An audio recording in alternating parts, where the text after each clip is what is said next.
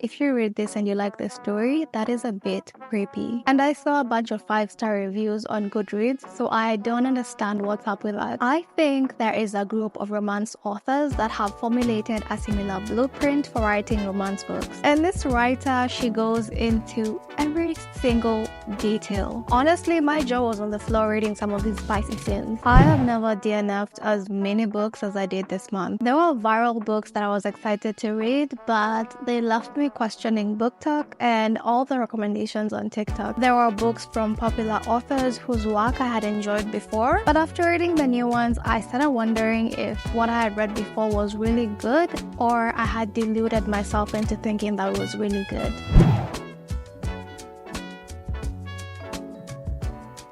Hello, my name is Stacy. If you're new here, welcome. If you're a returning viewer, welcome back. Over here, we talk about books and film. If that sounds like something you'd love, make sure to give this video a thumbs up, subscribe to my channel if you haven't, and hit the bell icon so you can be notified whenever a new video goes up. Icebreaker by Hannah Grace. Icebreaker by Hannah Grace is a book that has been all over TikTok. Given its popularity, I did not think to doubt it. I assumed there was a pretty good reason why this romance book with a cute, innocent-looking cover that could pass as a children's coloring book went viral. After all, BookTok has introduced me to some really good books, like my recent read, which is The Song of Achilles, which I genuinely enjoyed and just fell in love with. So when Icebreaker became popular, I did not hesitate to add it to my TBR list. This is a hockey romance that is centered around two characters, Anastasia. I don't know if it's pronounced as Anastasia or Anastasia. Which one is it? A few moments later. I'm gonna go with Anastasia. This is a hockey romance story that is centered around our two characters who are Anastasia Allen and Nate Hawkins. Anastasia is a figure skater whose dream is to join Team USA. She earns a full scholarship at the University of California, and while she's there, she joins the figure skating team. At university, she meets Nate Hawkins, the captain of the hockey team. Nate is portrayed as the parental friend in the group, someone who is trustworthy and people feel like they can always come to him with anything. Anastasia is portrayed as a girl boss mixed with mean girl vibes, and her main interest is skating. She has an icy exterior, but according to her friends, once you get to know her, she's a real softie. From the book, you can also gather that she's like that because she had a troubled past. This book has as much depth to it as an Instagram caption. And I don't mean the thoughtful, heartfelt captions that you can come across on Instagram. I'm talking about captions like, she thought she could, so she did, and they're meant to seem deep, but are they? Are they? I DNF'd this at page 58, and when I say it was excruciating reading all those 58 pages, I mean it. This book remains an enigma to me because I couldn't find anything viral worthy in this story. After reaching page 58 and realizing I wasn't really enjoying reading this book, I skimmed through the rest to see if it gets better, and it doesn't. Basically, what happens is Anastasia and Nate are forced into a proximity situation when the ice rink that the hockey team uses is destroyed. This leaves the school with no choice than to have the ice skating and the hockey teams share their practice space. Since ice skating is basically Anastasia's life, she's not too happy about this because it means less practice time for her. For some reason, all her anger is directed towards Nate, even though nobody knows what happened. This becomes the first problem that the two face together, and at some point I think they have a heart-to-heart and they forgive each other and become closer. This happens at some point in the beginning when they barely just met. Yet it's written like we're meant to believe it's such a deep moment and we're meant to cheer them on and we're happy for them because they figured it out. But in truth, all that you're left thinking is, what on earth is going on? You guys just met? You're basically strangers? Like, no, it doesn't make sense. You know, in the beginning, nobody knows what happens to the ice rink of the hockey team. But then after a while, I think Nate is the first person to find out. But the situation that led to that accident is something that is private. The person who shares this information with him is somebody he's close to. And this person is ready to take full responsibility for what happened. They were just going to Nate for like advice and like somebody to talk to who would not rat them out. Then Anastasia finds out, and remember, they're strangers. They are still strangers. And she gets so upset, she calls Nate a liar for not telling her what happened. But you're like, you guys just met. You barely know each other. He doesn't owe you anything. He doesn't have to tell you anything. When they make this such a huge thing where they're fighting and then finally they talk and they forgive each other and they move on and now they're closer, you're just like, what are you talking about? Aside from what was meant to be premature emotional scenes, because the characters did not go on a journey where such a situation would make sense for them. Another thing I did not like is the lack of decorum and some basic home training among the characters, and the fact that it was written in such a nonchalant way that it seemed like it was meant to be normal. For example, Anastasia and Nate go out with their friends, and when it's time to go home, they decide they're gonna go to Nate's place, and because as a group they don't want to split up, they decide to convince one cab driver to let them overload. This meant that some people would have to sit on top of each other, so of course Anastasia finds herself sitting on top of Nate. That was not an unexpected thing because this is a romance book after all, so that was not shocking. What was shocking is that these two start getting it on in a cab full of people. And this writer, she goes into every single detail. To be honest, the graphic writing in this book was a bit jarring. So because there were other people in the cab, it was implied that no one could hear them because they were playing Taylor Swift music very loudly. But once they're out of the car, I think Anastasia's friend notices that she seems flushed, so she asks her about it, and her friend just reacts like it's normal or like it's something cool. No. Tell your friend to have some self-respect and pick up a few books on some home training and some decorum. Honestly, my jaw was on the floor reading some of these spicy scenes, and the scene that I've just talked about is child's play compared to the other spicy scenes that happen in this book. I realized I do not like steamy scenes that are too intense, and I do not like steamy scenes that are too graphically written. I'm not even kidding when I say this book just shocked me, and I think I thought I read spice. Like, in a romance book, a lot of romance books have spice, but I realized, no, I read books with very little spice, or just a little spice.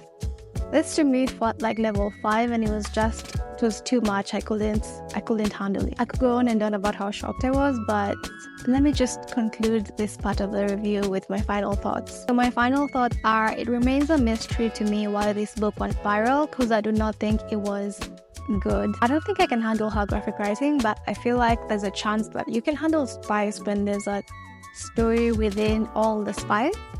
But it felt like there was just too much spice and the story was a pointless one. For me, it felt forced, shallow, and really corny. I would have given it 0 stars, but because that's not an option, I'm gonna give it 1 star.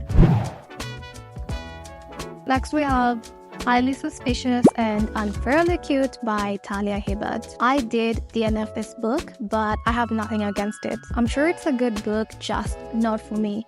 And that's because once I picked it up, I realized I am too old for this kind of stuff. This is a high school romance, and it reads very much like a teen romance. It goes to show it's well written because it feels like it accurately portrays teenagers. I could see it as a realistic depiction of how I viewed the world, and by extension how everyone around me viewed the world back when I was in high school. The drama, the miscommunication, the reading too much into things, the not communicating properly, hence the drama. It all felt very high school and very teenager-like. The book blurb goes something like this. Bradley is pretty much perfect. He is a star football player, manages his OCD well enough, and comes out on top in all his classes, except the ones he shares with his ex-best friend, Celine. Celine Bangura is conspiracy theory obsessed. Social media followers eat up her takes on everything from UFOs to holiday overconsumption, yet she's still not cool enough for the popular kids table, which is why Brad abandoned her for the in crowd years ago. At least that's how Celine sees it. These days, there's nothing between them other than petty insults and academic rivalry. So when Celine signs up for a survival course in the woods, she's surprised to find Brad right beside her. Forced to work as a team for the chance to win a grand prize, these two teens must trudge through not just mud and dirt, but their messy past. And as this adventure brings them closer together, they begin to remember the good bits of their history. But has too much time passed, or just enough to spark a whole new kind of relationship? I only read a couple pages, but right from the beginning, you can tell the plot is going to involve a lot of miscommunication. I think I remember the story started with Celine, and she was in school, seated somewhere. Maybe it was a cafeteria or an outdoor sitting area, I don't remember. But then I think Brad shows up and she really internalizes everything that he does and interprets it in her own way without even bothering to ask if that's what he really meant with certain actions. That's if I remember correctly. I knew this wasn't my cup of tea because of how juvenile it felt. Additionally, miscommunication is not really one of my favorite tropes, because if all you have to do is speak honestly about how you really feel and the entire plot is resolved, then it's not really worth it to me. It doesn't really make sense why we're not communicating like adults unless it features children in this case, but even when it comes to kids, yeah, I don't really care much for it. For this book, I have no judgment since I didn't give it a fair shot.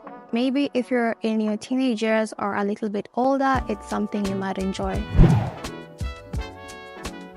Excuse Me While I Ugly Cry is another book that isn't bad by any means. As the reader, I simply wasn't able to receive its message at this time. I read quite a bit of it before I DNF'd it, so truly, if the blurb piques your interest, you might find yourself enjoying it. Excuse Me While I Ugly Cry is about a high schooler named Quinn. Now that I think about it, this book and Highly Suspicious and Unfairly Cute both have high schoolers and they have a high school setting.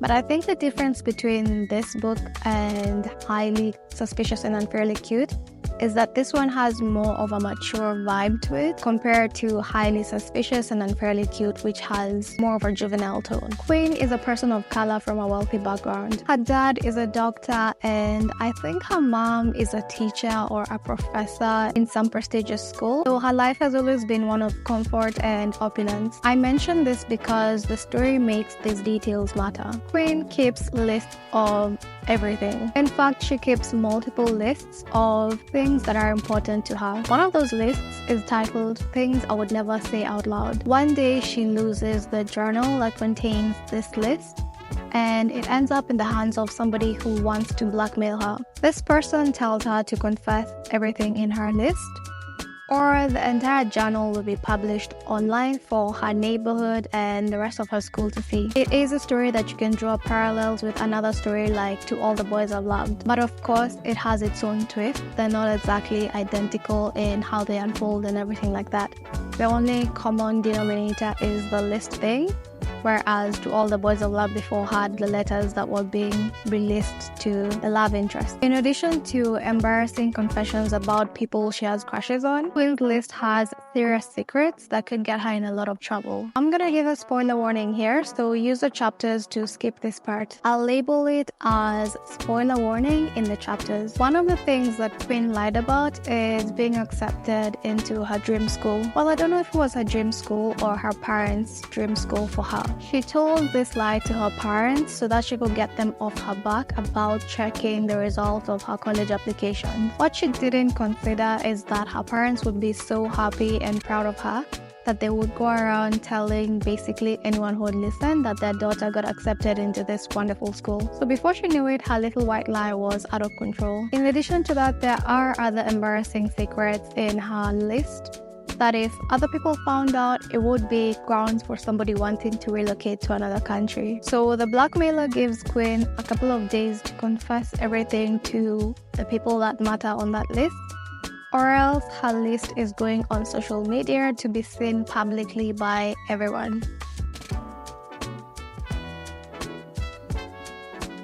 Quinn keeps lists of everything, from the days she ugly cried, to things I would never admit out loud, to all the boys she'd like to kiss. Her lists keep her sane. By writing her fears on paper, she never has to face them in real life. That is until the journal goes missing. An anonymous account posts one of her lists on Instagram for the whole school to see and blackmails her into facing 7 of her greatest fears, or else her entire journal will go public. Quinn doesn't know who to trust. Desperate, she teams up with Colonel Bennett, the last known person to have her journal, in a race against time to track down the blackmailer. Together, they journey through everything Quinn's been too afraid to face, and along the way, Quinn finds the courage to be honest, live in the moment, and to fall in love. I wish the story was just this without having so much of Black people's struggle. But I think the author once said that she wrote all this because it was like a reflection of her life and her experiences.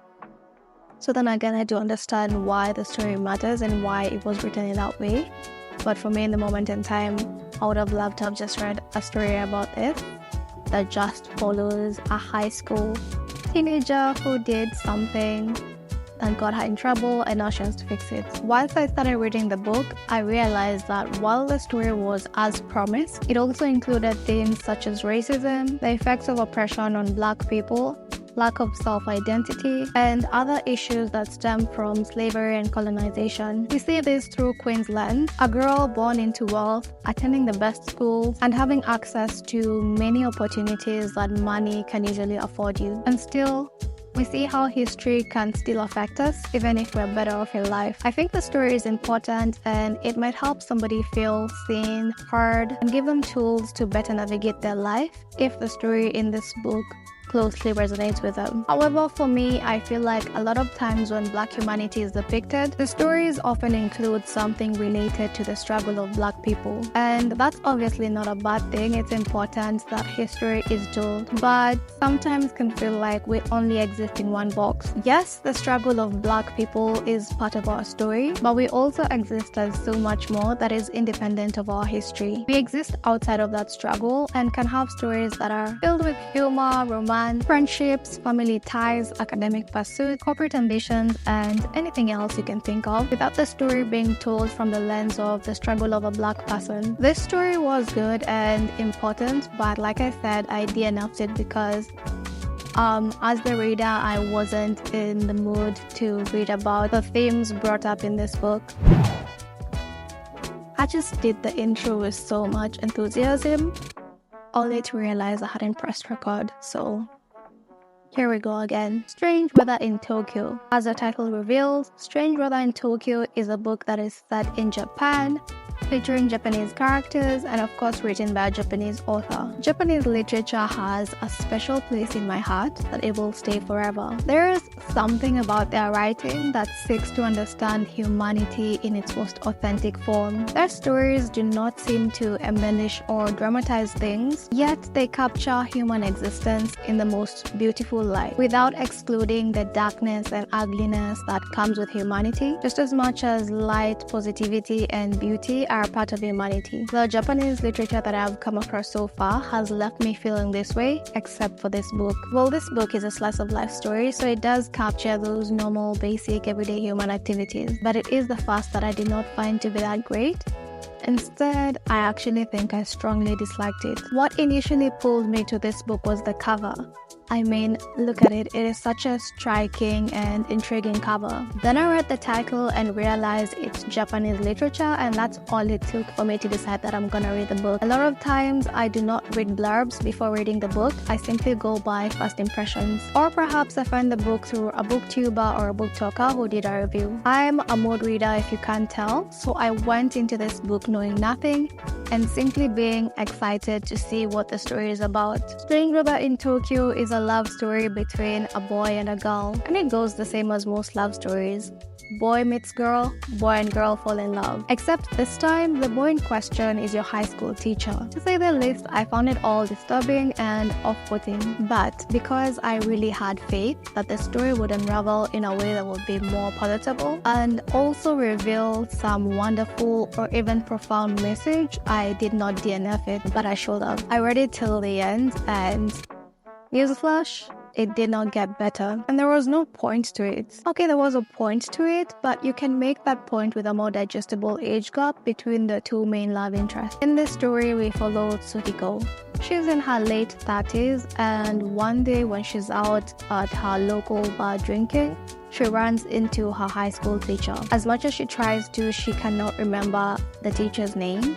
So she decides to call him Sensei, which is a Japanese title that can be given to an instructor or a teacher. The two become drinking buddies and often meet up at a local bar to drink at some point. And because, of course, it has to be the girl, otherwise it would be quite clear how creepy this is.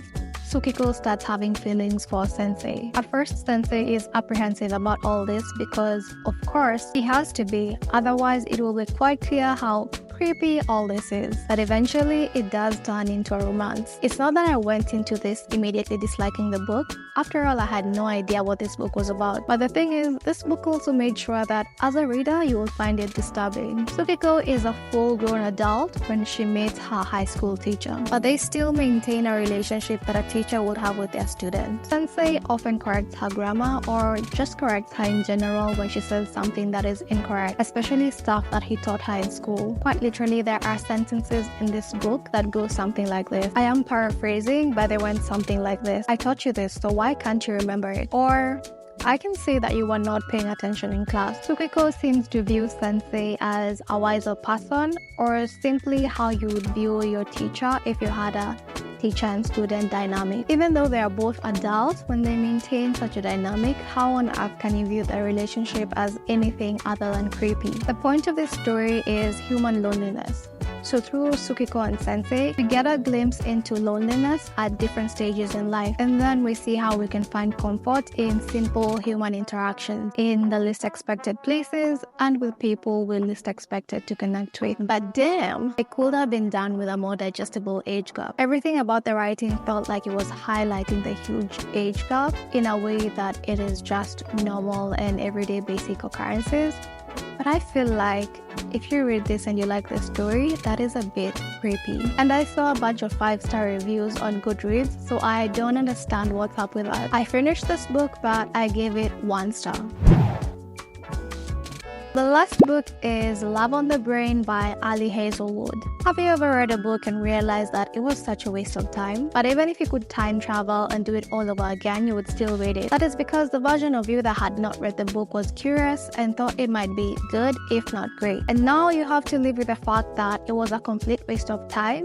But even if you could go back, you would still read it again. That is how I feel about Love on the Brain. It's about Levi and B, and yes, her name is B and it's not short for anything. There is also a guy named Guy, and reading the book I kept wondering when are they gonna finally mention his name until I realized his name is Guy. Ali Hazelwood writes romance books about people in STEM, so Levi and B met back in grad school when they were still students. Fast forward a few years later and they've been living their lives completely separate until NASA assigns them to a project that brings them back together. They end up working as co-chairs on a team, with B as head scientist and Levi as head engineer. In grad school, their various encounters established them as arch nemesis, at least in B's eyes. So when B gets the call to join the team, she's very excited but also worried when she learns who the co-chair is. I think there is a group of romance authors that have formulated a similar blueprint for writing romance books, and they use this template to churn out romance books that often end up viral. The Spanish Love Deception,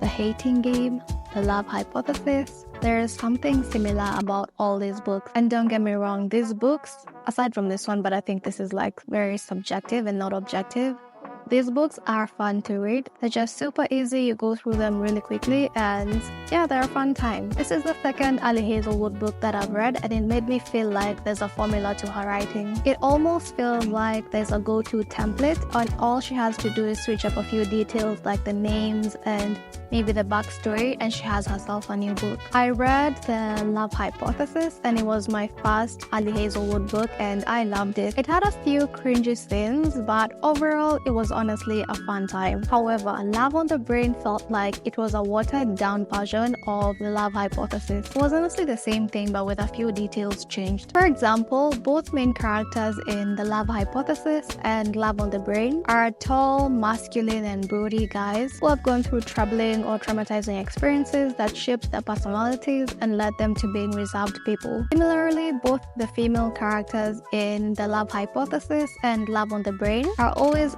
skinny, petite, and those sweet, nice girl kind of people, and are often juxtaposed with tall guys who become their love interests. The girls have definitely experienced something traumatic, and that affects their decision-making process in negative ways. I reviewed The Love Hypothesis in another video, so if you want to check out my thoughts on that, I'll link it somewhere above or in the description box. So, Love on the Brain. The character of B felt like she was a child most of the time. This woman cried every time she saw a dead animal. It could have died of natural causes for all you know, but this woman will still burst into tears over that dead squirrel that you passed as you were driving on the road. And that's not all. She has a tendency to faint at any given moment. For all you know, the wind could suddenly blow and the girl will be out cold. As much as I did try to like her, I'll be honest and say that this female character, she just felt annoying. She felt like a child, and just mostly all her quirks were very annoying. The fainting was annoying, the crying was annoying.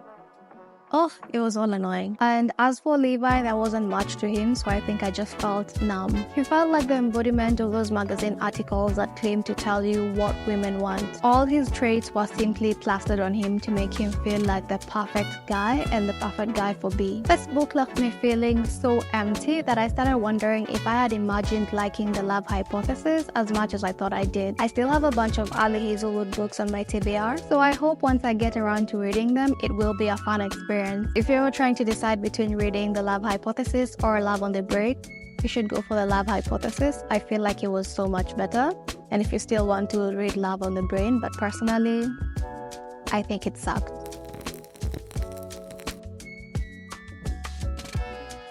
And that's it for this video. Thank you so much for watching. If you want to see more content like this, make sure to subscribe to my channel if you haven't.